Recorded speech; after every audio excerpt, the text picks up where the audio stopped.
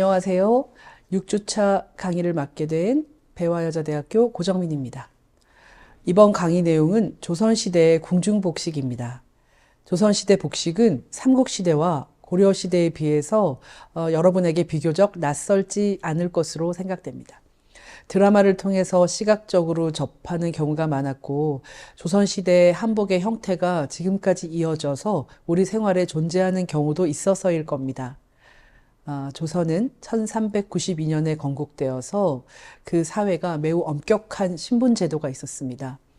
신분에 따라서 차별되고 생활 양식에 차등이 있었습니다. 그런 신분 제도는 복식의 계층 분화를 가져왔고 양반의식과 왕조적인 상하 질서의식은 법제와 법령 관습에 의해 규제가 되었습니다. 조선 초기에는 국조 오례의를 편찬하였는데 이 책에는 의례복을 법제화하여 보여주고 있습니다. 이렇게 조선 시대 복식은 신분에 따라서 엄격한 이중 구조를 가지고 있었습니다. 그러나 조선 후기로 갈수록 임진왜란, 병자, 호란의 양란으로 인해서 신분 제도가 해이해지기 시작했고 또 중인계층이 등장하고 서민 문예가 발달했고 또한 유교 윤리가 점점 약화되면서 또한 또 실학사상이 대두되고요. 이러한 모든 주변의 상황이 복식제도에 영향을 끼쳐 변화를 가져왔습니다. 복식의 형태가 실용적으로 간소화되었고 유교 윤리 의식이 약화됨으로 인해서 장식이 과해진다거나 에로티시즘적 표현이 출현하기도 했습니다. 이러한 배경을 둔 조선시대 궁중복식은 어떤 형태와 특징을 가지고 있는지 지금부터 자세히 알아보겠습니다.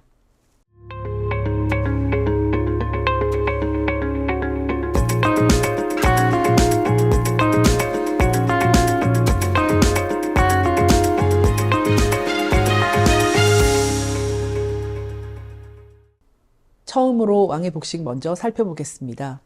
왕복은 상황에 따라서 크게 구분해서 입었습니다. 전편에서 보신 고려에서 잠깐 언급이 된 부분인데요. 자, 왕은 대례복과 제례복, 그 다음에 조복, 상복을 두고 때에 맞게 착용을 했습니다. 편하게 쉴 때는 일반 서민과 같이 편복도 입었습니다. 전쟁 중에는 융복이라는 군복을 입었는데 또 사냥하러 갈 때 입는 옷 역시 활동에 맞는 옷을 입었습니다. 면복은 궁에서 벌어지는 큰 행사, 예를 들어서 혼례식을 하거나 제를 올리거나 또 종묘에 참배를 가거나 설이나 동지 같은 때에 면복을 입음으로써 이것이 제복으로서의 역할도 동시에 했습니다.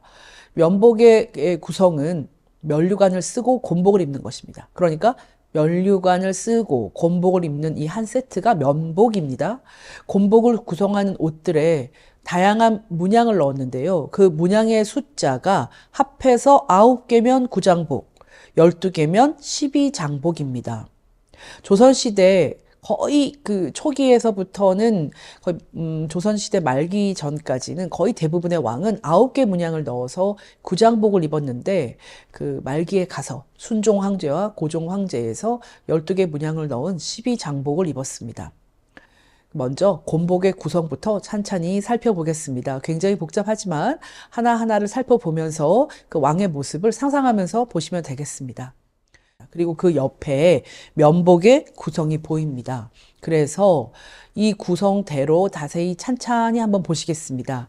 자, 왕이 바지저고리 입고 그 위에 이렇게 중단을 입습니다. 자, 바지저고리 입고 그 위에 이 푸른색의 중단인데 이게 넥라인 부분 깃에 이게 문양이 새겨져 있는 금박을 찍었죠. 자, 이 금박이 찍힌 중단을 입고요. 그리고 나서 그 위에 상을 두릅니다. 그래서 치마의 형태이긴 하지만 여성의 치마처럼 펄럭펄럭하는 그런 치마가 아니고 간단한 요 형태의 상을 중단 위에 두릅니다. 그리고 밑에 다른 요 의를 입습니다.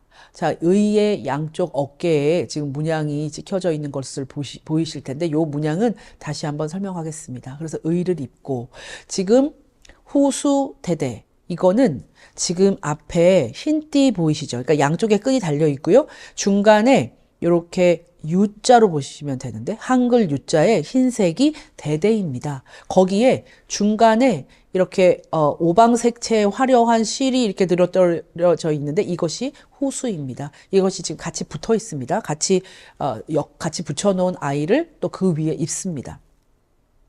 자, 아까부터 말씀드렸던 패슬입니다. 이 패슬을 앞에 메어놓은 앞부분에 보이게끔 또 하나 답니다. 그리고 방심공령이라고 하는 것을 목에 걸어요. 자, 고려시대에는 얘가 뒤로 돌아가져서 조선시대와 다르게 착장을 하였는 것도 보였는데 지금 이 같은 경우는 앞에 네모난 거 보이시죠? 자, 요게 밑으로 떨어지게 목에 겁니다. 허리 양쪽으로 폐옥을 늘어뜨립니다. 저 생각보다 꽤 무겁습니다. 저렇게 돌을 이렇게 묶어놔가지고. 자, 면류관 자세히 다시 한번 설명드리면 적청황백흑의 오방색의 구슬이 똑같은 간격으로 되어 있고요. 지금 이 아이를 세어보면 예, 이게 4, 6, 8, 9, 구류관이죠. 네, 그래서 이 구류의 면류관이 앞뒤로. 그래서 앞면, 옆면, 지금 뒷면까지 지금 보이는 것이라서 여러분들이 감안해서 보시면 되겠습니다. 왕의 면복은 대례복과 제복으로 같이 사용됩니다. 그런데 왕의 착용 상태를 보면 대례복으로 입은 건지 제복으로 입은 건지 알 수 있는 부속품이 있습니다. 무엇일까요? 1번 대대, 2번 수, 3번 방심공령, 4번 규.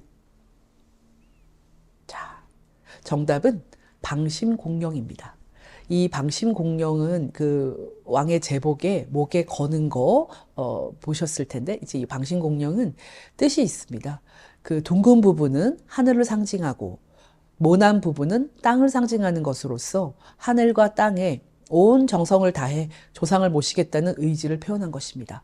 따라서 대례복인 면복 위에 방심공령을 둘렀다는 것은 제사를 지내기 위한 차림입니다.